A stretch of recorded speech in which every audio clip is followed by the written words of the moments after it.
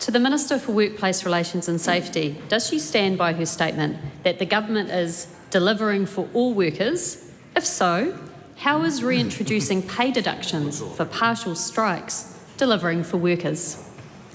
The Honourable Andrew Hoggard.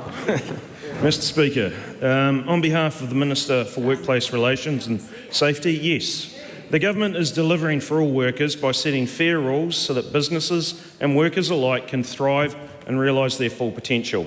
It was everyday members of the public, including workers, who suffered because the previous government removed pay deductions for partial strikes. Because of partial strikes, workers have had to face delays to their medical care, they have been left waiting on train platforms, they have had to unexpectedly miss work and take care of their kids because teachers refuse to teach certain year groups.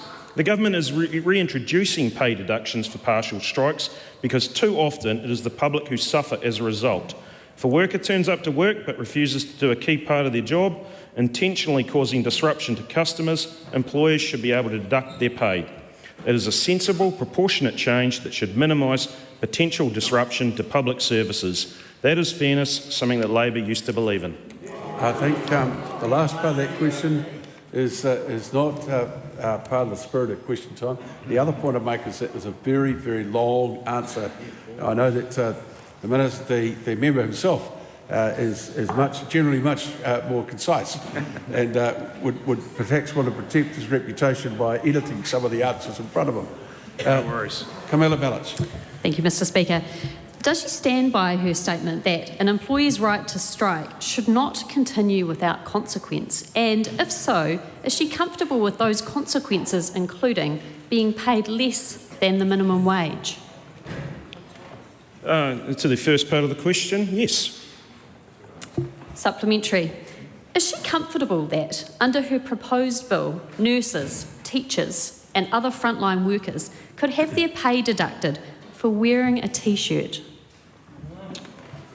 Mr Speaker, all these situations will depend on individual situations as to what is in the employment contract. Now, I know there was an example many years ago where St John workers were penalised for refusing to wear high-vis vests over these T-shirts. That was a health and safety issue.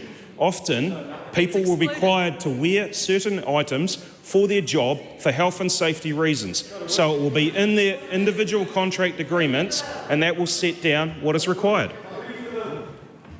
Does the Minister believe that workers should have their pay docked for not completing a task that is outside the scope of their core role? Again, this will be as part of what is in their employment agreement.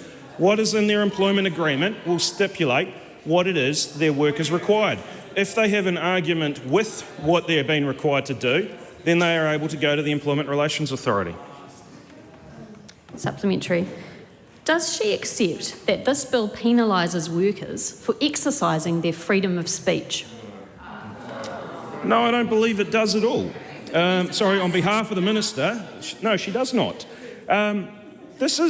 People are allowed to have free speech, but there are consequences. If you do not do your job, you do not get paid. Supplementary. Would a worker under her bill who turned up for work... Wait, just your own guys are talking away there. Unbelievable, it's like a choir. Camilla Ballich. Thank you, Mr Speaker. Would a worker under her bill who turned up to work wearing a political pin be considered to be partially striking? And if so, has she told David Seymour that these changes won't be retrospective? Oh, I can recall a situation where that did occur recently and there were consequences for that action.